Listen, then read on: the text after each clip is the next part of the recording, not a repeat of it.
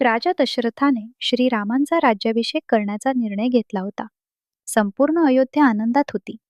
पण राजवाड्यात एक घटना घडली, जी सगळं बदलून टाकणार होती. कैकईची दासी मंथरा तिला सांगते की श्रीराम राजा झाल्यावर भरताला काहीच महत्त्व राहणार नाही. मंथराच्या बोलण्याचा कैकईवर परिणाम झाला. तिला आठवलं की राजा दशरथाने तिला कधीतरी 2 वर देण्याचं वचन दिलं होतं. कैकईने ते 2 वर मागितले. पहिला, भरत राजा व्हावा. दुसरा, श्रीरामांना 14 वर्षांचा वनवास मिळावा. राजा दशरथ हादरले, पण दिलेलं वचन तोडणं त्यांना शक्य नव्हतं. श्रीरामांना जेव्हा हे कळलं, तेव्हा त्यांनी शांतपणे वनवास स्वीकारला. सीतामाईनेही ठरवलं, ती श्रीरामांसोबत जाईल. लक्ष्मणही त्यांच्यासोबत गेला. आणि अशा प्रकारे श्रीराम, सीतामाई आणि लक्ष्मण जंगलात निघून गेले. पण पुढे जंगलात अशी एक घटना घडणार होती, ज्यामुळे संपूर्ण रामायणाची दिशा बदलणार होती. श्रीराम, सीतामाई आणि लक्ष्मण जंगलात पंचवटी नावाच्या ठिकाणी राहत होते. एक दिवस तिथे एक राक्षसी आली. तिचं नाव होतं शूर्पणखा. ती श्रीरामांवर मोहित झाली आणि त्यांच्याशी विवाह करण्याची इच्छा व्यक्त केली. श्रीरामांनी नकार दिला. मग ती लक्ष्मणाकडे गेली. लक्ष्मणानेही नकार दिला. रागात शूर्पणखाने सीतामाईवर हल्ला करण्याचा प्रयत्न केला. तेव्हा लक्ष्मणाने तिचं नाक कापलं. अपमान झालेली शूर्पणखा आपल्या भावाकडे गेली. तो होता लंकेचा राजा रावण. रावणाला जेव्हा सीतामाईबद्दल कळलं, तेव्हा त्याने एक योजना आखली.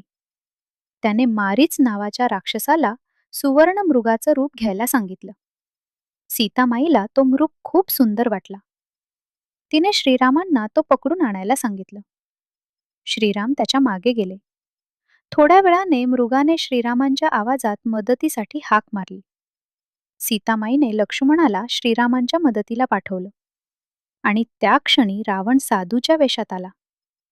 त्याने सीतामाईचं अपहरण केलं आणि तिला लंकेत घेऊन गेला. सीतामाईचं अपहरण झाल्यानंतर श्रीराम आणि लक्ष्मण तिचा शोध घेत होते. तेव्हा त्यांची भेट झाली श्री हनुमानाशी. श्री हनुमान खूप बुद्धिमान आणि शक्तिशाली होते. श्री हनुमानाने श्रीरामांना सुग्रीव नावाच्या वानर राजाशी भेट घडवून आणली. सुग्रीव आणि श्रीराम यांच्यात मैत्री झाली.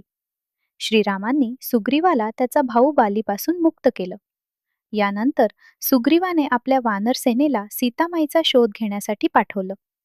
या शोध मोहिमेत श्री हनुमानाची भूमिका खूप महत्वाची ठरणार होती. श्री हनुमान समुद्र पार करून लंकेत पोहोचले. ते गुपचूप संपूर्ण लंका शोधत होते. शेवटी त्यांना सीतामाई अशोक वाटिकेत सापडली. सीतामाई खूप दुःखी होती. श्री हनुमानाने श्रीरामांची अंगठी तिला दिली आणि सांगितलं की श्रीराम तिला वाचवायला येतील. नंतर श्री हनुमानाने लंकेत मोठा गोंधळ घातला. रावणाच्या सैनिकांनी त्यांना पकडलं. त्यांच्या शेपटीला आग लावली. पण श्री हनुमानाने त्या आगीने संपूर्ण लंका जाळून टाकली. यानंतर ते परत श्रीरामांकडे गेले आणि सीतामाईची बातमी दिली. श्रीराम आणि त्यांची सेना समुद्राजवळ पोहोचली. वानर सेनेने समुद्रावर एक मोठा पूल बांधला. त्याला आपण रामसेतू म्हणतो. यानंतर श्रीरामांची सेना लंकेत पोहोचली. श्रीराम आणि रावण यांच्यात मोठं युद्ध सुरू झालं. या युद्धात अनेक योद्धे लढले. कुंभकर्ण, इंद्रजित यांसारखे बलवान राक्षसही या युद्धात होते. शेवटी श्रीराम आणि रावण समोरासमोर आले. दोघांमध्ये प्रचंड युद्ध झालं. शेवटी श्रीरामांनी रावणाचा पराभव केला. सीतामाईची सुटका झाली.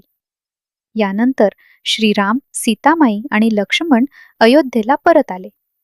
श्रीरामांचा राज्याभिषेक झाला आणि अयोध्येत रामराज्य सुरू झालं. रामायणाची ही कथा हजारो वर्षांपासून लोकांना प्रेरणा देत आहे आणि म्हणूनच रामायण आजही आपल्या संस्कृतीचा एक महत्त्वाचा भाग आहे.